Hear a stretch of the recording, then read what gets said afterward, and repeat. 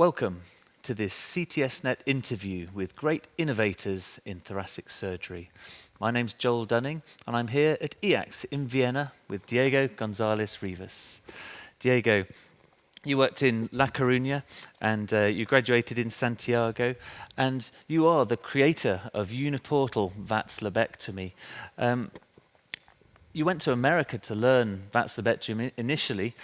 Would you be able to tell me how you started in vats lobectomy and then how you graduated from a three-port technique down to what you do today? We started the technique, the vats lobectomy, in 2007 in our institution.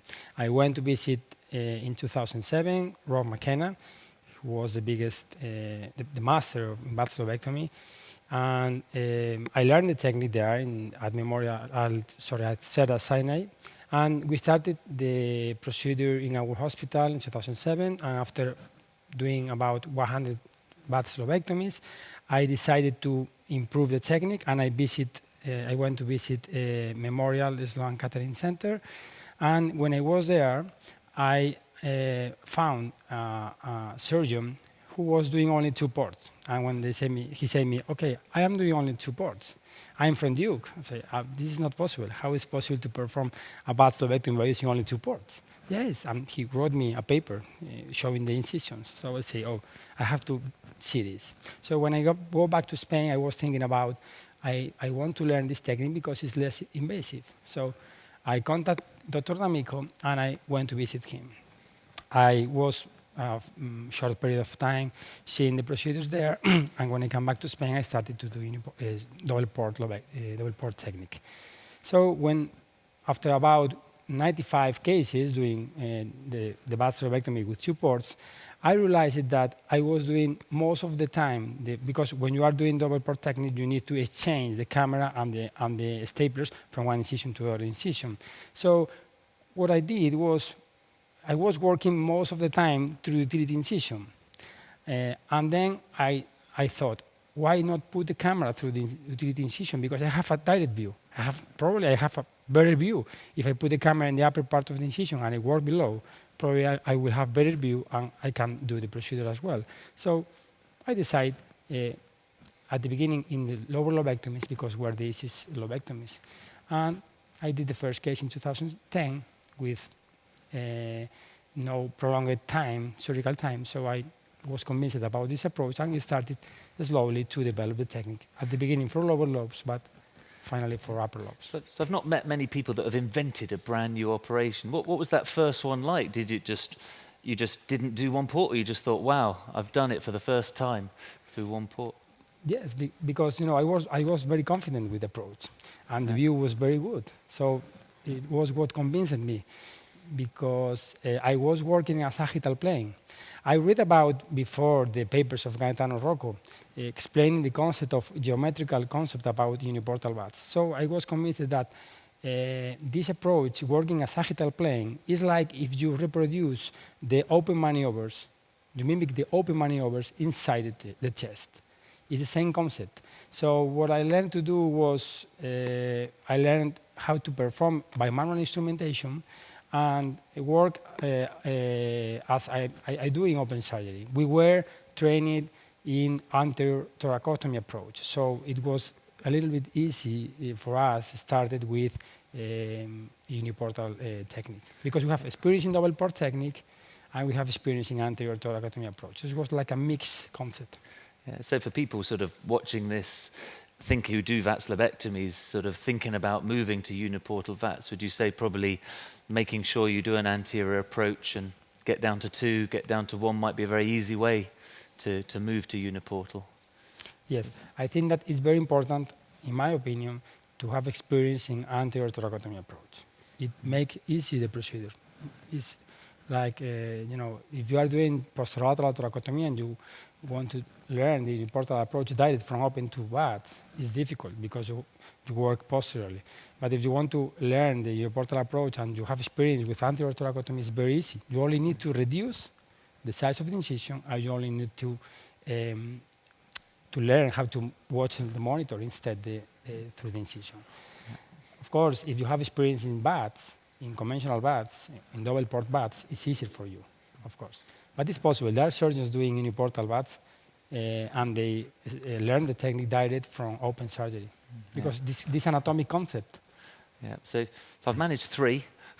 Not sure I found it that easy, but do you think how important is it getting that single port correct in the right place? And certainly on some of your videos, the patients are a little bit up and the arm out. What's the best way to position for that very important one port? Yes. Okay. The position of the utility incision of the incision is important. We always make the incision at the 5th intercostal space. It's a little bit lateral, more lateral position than conventional vats. But there are some tricks very important, like move the table anteriorly or posteriorly to place the lung, or put the patient in a Trendelenburg or anti-Trendelenburg position. That makes easier because it places the lung where you want.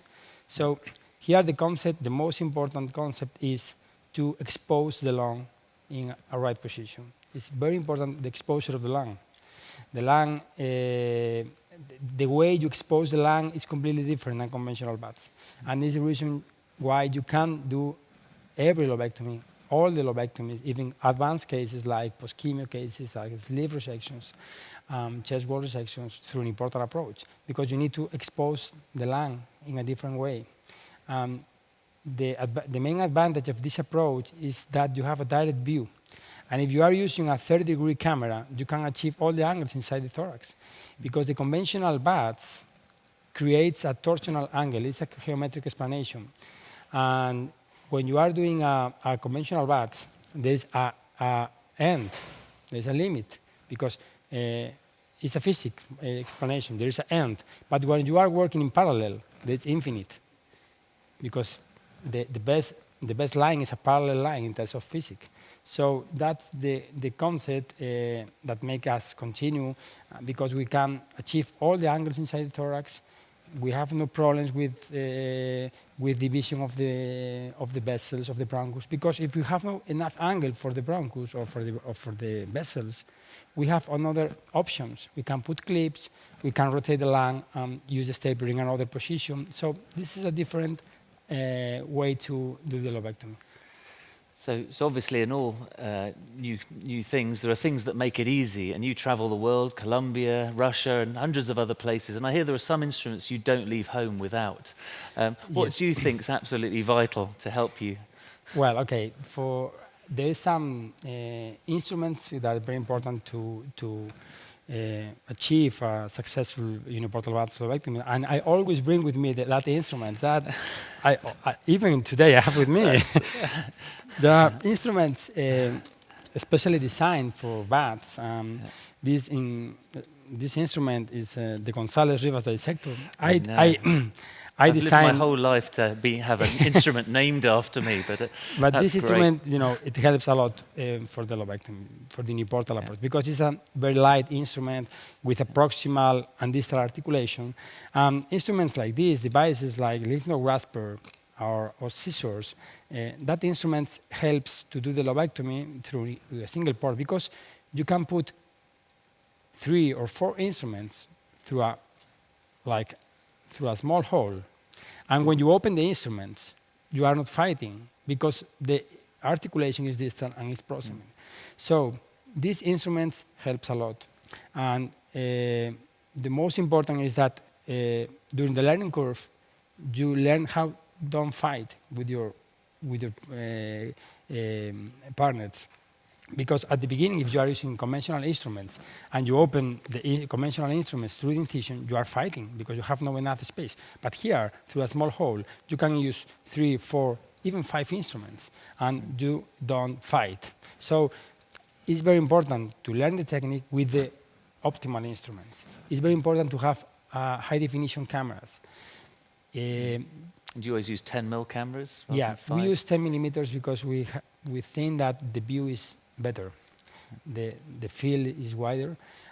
But we have the 5 millimeters also, and sometimes we use the 5 millimeters. But in my experience, I prefer the 10 millimeters. Have you ever used the adjustable cameras? Have you tried them? I tried, but I think that with 30 degrees is enough. You don't need more angles. You don't need because sometimes when you try to use new devices or new cameras with more articulate scopes, you have another view, maybe it will be more difficult for the dissection. So you only need 30 degrees because you make the rotation of the scope, and with the rotation of the scope, you can achieve all the angles. So I think it's not necessary that, but maybe many surgeons can help. And obviously, it's annoying when blood drips down. What about a lovely Alexis tissue retractor, just to get all that out of the way? Well, I don't need that retractor because I think, in my opinion, the soft tissue retractors like Alexis reduce the angles, because you have 1 centimeter inside the chest, one plastic centimeter device inside the chest. So when you put through the hole and you need to achieve these blind areas, if you had 1 centimeter here, you have no enough angle, and you press. And I think this could cause more pain. So, and not only the pain, the angles are reduced. So it's the reason why we don't need to use Alexis retractor. It's not necessary. We perform all the cases with no soft tissue retractor. Maybe it could help, but not in our experience. Yeah, and I suppose one thing that really helps is actually having some clips for branches when the angles aren't quite right with the stapler. Yes, I think that the clips helps a lot when you have small branches. And also the energy devices, the Shilland devices, maybe the harmonic or other devices helps a lot, especially for lymph node dissection. And the scopes, I like the scopes, the thoracoscopes where the CCD is in the tip of the scope. So you don't need a lateral light, and you don't need a plastic bag to protect the scope. So this is, it helps because there's only a stray thoracoscope, and you have more space to work. You don't need to be fighting with the plastic bag. Retracting the plastic bag covering the scope. So there are some tricks that helps the performance of uniportal vats lobectomies. But like in any procedure, I always say that you need to learn the technique, because there are some surgeons doing conventional vats that they say, okay, let's try to do uniportal vats. They try 2, 3, 4 cases, and they say, oh, no, this is dangerous. Oh, I don't like it because I have no angle for the vessel, for the artery. Oh, this is dangerous. I prefer the conventional vats. This is not the right way. You need to go to see centers with experience and stay there and learn the technique, watch videos, read the papers, the atlas, and then you can do it, the uniportal vat symmetry. It's like if you are doing thoracotomy and you want to learn vats. So, I want to learn vats by myself. So probably it will be a disaster. So you need to go to learn the technique, and once you learn the technique, probably you are convinced, and you need a learning curve like in any procedure. Yeah, and there's little tips, isn't there, like for upper lobes, get the artery before the vein, Exactly. things like that you only see by that. And you've certainly got a few videos out there. I mean, your video is unbelievable, the extent and amount of things you've done uniportally. I mean, what's the limit? And tell us a few of the things you've done, and what do you think the limit is? Well, I think the limits for bats in general, there are no limits for bats. Because at the beginning, 10 years ago, 15 years ago, probably there were a lot of contraindications for bats. But nowadays, with experience, there's no contraindications for bats. Maybe if you have a tumor of 20 centimeters, it will be a contraindication. But nowadays, sleeve resections, chest wall resections, even angioplastic resections are performed by bats. So with the uniportal approach... Left atrial. Yeah. Peel it off the left atrium. That scared me, that video. So actually, there are no contraindications. And with the uniportal approach, we have performed very advanced cases. We have done sleeve resections from the right side, from the left side, angioplastic, like vascular reconstruction, even chest wall. So I think that the limits are in the mind of the surgeon. Yeah. Do you ever convert? I mean, apart from bleeding, because we all have the odd one, but is there anything that you go, this will be easier open, or not in? Well, if you have to convert, I think it's not a failure. I always say that. But nowadays, most of the bleedings can be controlled by apart from that, do you ever go in and you go, oh, this will be easier open, I'll convert, or hardly at all? Well, okay, if I have a very complex case, I will open direct. But every case I try by bats. Yeah. Because That's you great. know there are a lot of cases that you think that cannot be performed by bats. But if when you put the scope inside and you explore the cavity and you say, oh, this is possible, so you avoid the thoracotomy. So I think it's important to start all the cases. I think all the cases need to be started by bats. Yeah. So I use you quite a lot as an example of a great innovator, because in the old days, someone thinks of a new operation and, you know, you do some cases, you compare it to your other one, you write a paper that's a day difference, but yourself, you've got out there, you've got videos, Twitter, Facebook, you've got all these amazing resources. And it's only 3 years old, your operation. I mean, where do you think the place of changing towards science, trying to get studies, or do you think it's like TAVI, where, you know, you do it and it's so great, you know, let's just show by trying? Yes, because what you know, what we are doing now is only to reduce the size, the number of ports. So we are not doing a new procedure like, you know, if you are doing a new oncologic resection, maybe you need a study, of course. You need a randomized trial, or you need some studies to know if you are doing an oncologic right procedure. But if you are doing the same as you do in open surgery, you know, it's like what are we doing is a lobectomy and a lymph node dissection, but we are reducing the size of the incision. So you don't need studies, you don't need randomized trials, because if you do complete lymph node dissection, and we are completely agree that with the scopes, with the high definition scopes, you can achieve a more radical lymph node dissection.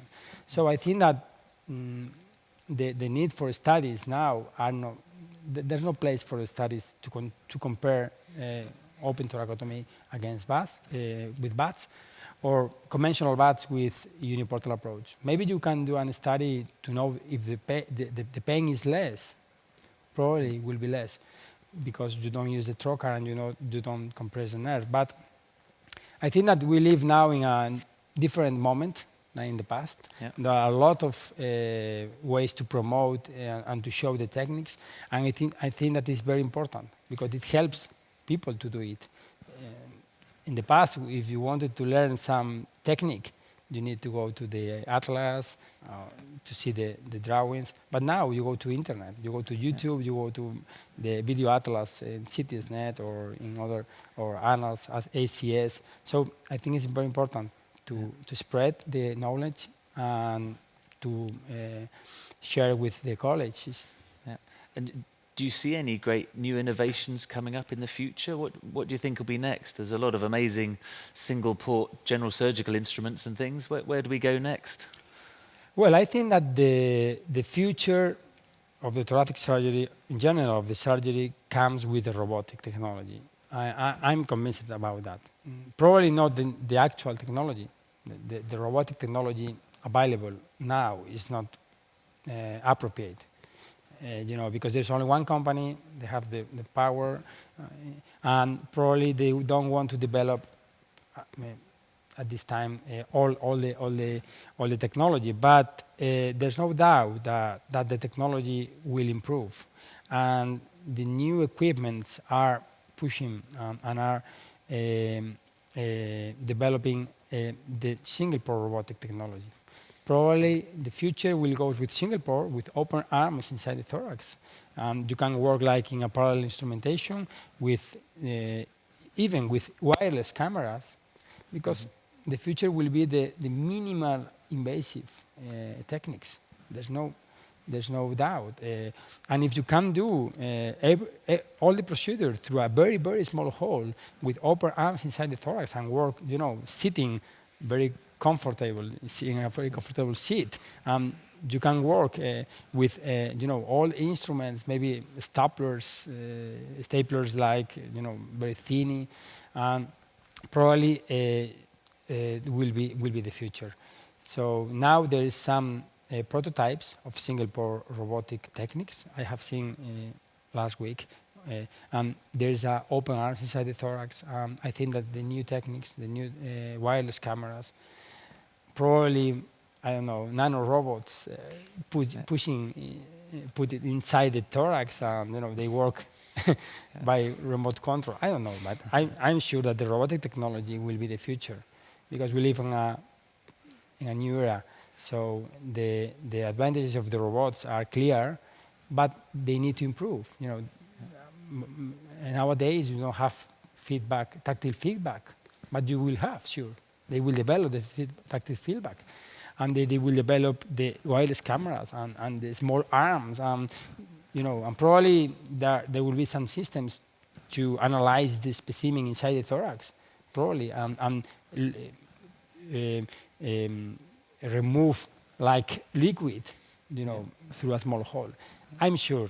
You've got swallowable cameras already, haven't you, in gastro, and yes. just drop one in.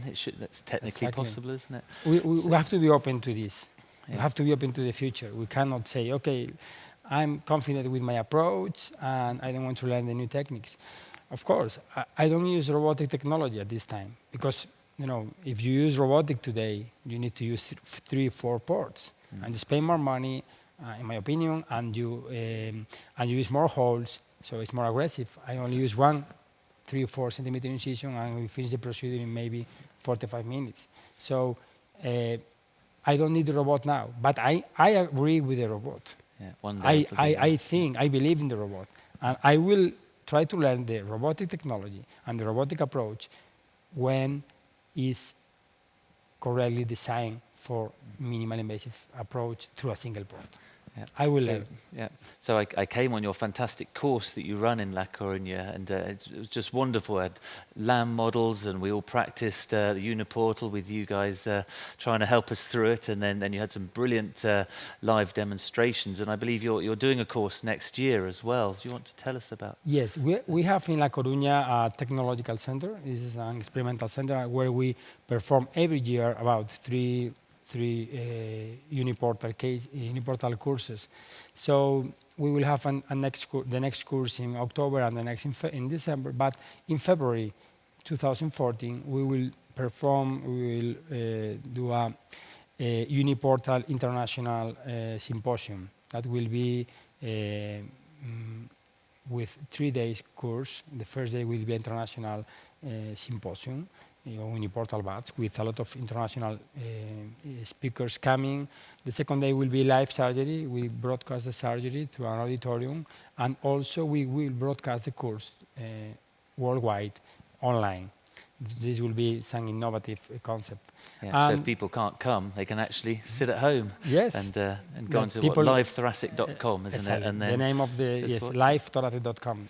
Yeah. And we are trying to expand and to share this concept of uniportal vats around the world. But then they don't get a nice evening dinner or a look at some nice cars in the evening, eh? Of course. Well, it's been an absolute pleasure. It's a fantastic operation, and it's taken the world by storm. So, Diego, thank you very much for coming to talk to us at CTS Net. So from everyone here, myself, Joel Dunning, thank you very much. Thank you very much.